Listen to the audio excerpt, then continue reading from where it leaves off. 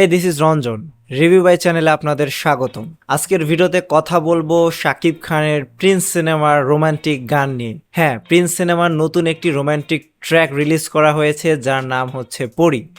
এই পরী গানটা আসলে 2 দিন ধরে আসার কথা হচ্ছিল, তবে অনেক ঝামেলার মধ্য দিয়ে গানটা অবশেষে রিলিজ করা হয়েছে। প্রথমে একটা কথা বলে নেই, একটা টাইম দেওয়ার পরে আবার কেন টাইম চেঞ্জ হয়ে গেল? আবার একটা জিনিস দেখেন, তারা টাইমটা চেঞ্জ করার পরেও কিন্তু আসলে টাইমটা বলেনি যে আসলে কয়টায় তারা জিনিসটা রিলিজ করবে। তো এই জিনিসগুলো প্রমোশনের ক্ষেত্রে যে কতটা বড় ভূমিকা রাখে তারা আসলে এগুলো মাথায় নিচ্ছে না। মনে হচ্ছে যে তারা দর্শকদের নিয়ে আসলে খেলতেছে। তো এখন বলা যাক আসলে গানটা কেমন হলো। পরী গানটার কথায় যদি আসি, পরী এক কথায় অসাধারণ হয়েছে। রোমান্টিক ট্র্যাক হিসাবে আমার কাছে খুবই ভালো লেগেছে এই পরী গানটা। তবে এর ভিজুয়াল একটু সমস্যা হয়েছে, সেটা নিয়ে কথা বলবো।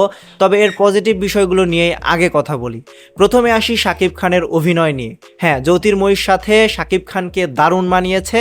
তারা যে স্ক্রিনে আগুন লাগিয়ে দিবে সেটা কিন্তু নিশ্চিত। ইভেন জ্যোতির্ময়ীকেও ছাড়িয়ে গেছে শাকিব খান। শাকিব খানকে এতটাই দুর্দান্ত লাগতেছে। তো এখানে যদি আপনারা শাকিব খানকে দেখেন, শাকিব খানকে কিন্তু আসলে তার নায়িকার থেকেও বেশি চার্মিং লাগতেছে।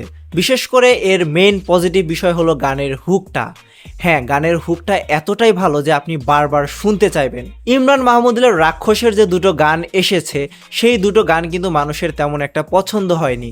তাছাড়া আমারও প্রথম গানটা পছন্দ হয়নি রাক্ষসের, দ্বিতীয় গানটা মোটামুটি চলে। তবে এই যে প্রিন্স সিনেমায় সে গানটা গেয়েছে, ভাই এই গানটা আসলেই খুবই ভালো হয়েছে। শাকিব খান এবং জ্যোতির্ময়ীর কেমিস্ট্রি কিন্তু দারুণভাবে তুলে ধরেছে এখানে আবু হায়াত মাহমুদ। তো ওনার কথা বলতে গেলে আসলে ভালো কথা আসে না, কারণ উনি যেভাবে প্রমোশন করতেছে সিনেমার, আমাদের আসলে তেমন একটা পছন্দ হচ্ছে না। তবে এই গানের ক্ষেত্রে কিন্তু তিনি ভালো কাজই করেছে। কতগুলো নেগেটিভ পয়েন্ট রয়েছে, যেমন এই সিনেমার কতগুলো শর্ট যদি আপনারা দেখেন, এই শর্টগুলো বা এই ছবিগুলো যদি ভালোভাবে খেয়াল করেন তাহলে হয়তো দেখবেন যে শর্টগুলোতে অবশ্যই ঘাটতি রয়েছে। বিশেষ করে কিছু জায়গায় ব্লারের সমস্যা এবং কিছু শটের কোয়ালিটি কম মনে হয়েছে। তো এই জিনিসগুলোকে যদি ঠিক করতো তাহলে কিন্তু আরও বেশি বেটার লাগতো গানটা, কারণ এই গানটা এতটা স্মুদি লাগে ভাই, গানটা আসলে শুনতেই মনে চায় বারে বারে।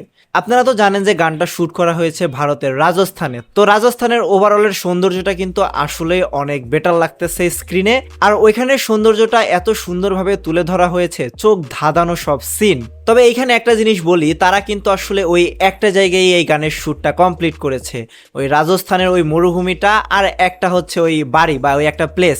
সেম রাক্ষসেও কিন্তু এই জিনিসটা হয়েছিল, একটা প্লেসের মধ্যেই গানটা কভার করা হয়েছিল। প্রিন্সের টিম যদিও সময় পায়নি, তারা সময়ের অভাবে ভুগতেছে, এর কারণে হয়তো গানটা তাড়াতাড়ি শ্যুট করে ফেলেছে।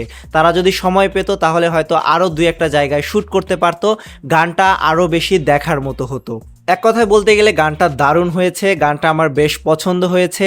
আপনাদের কেমন লেগেছে সেটা কিন্তু আমাদেরকে কমেন্টে জানাতে পারেন। রিভিউ বাইয়ের সম্পূর্ণ ভিডিওটি দেখার জন্য ধন্যবাদ।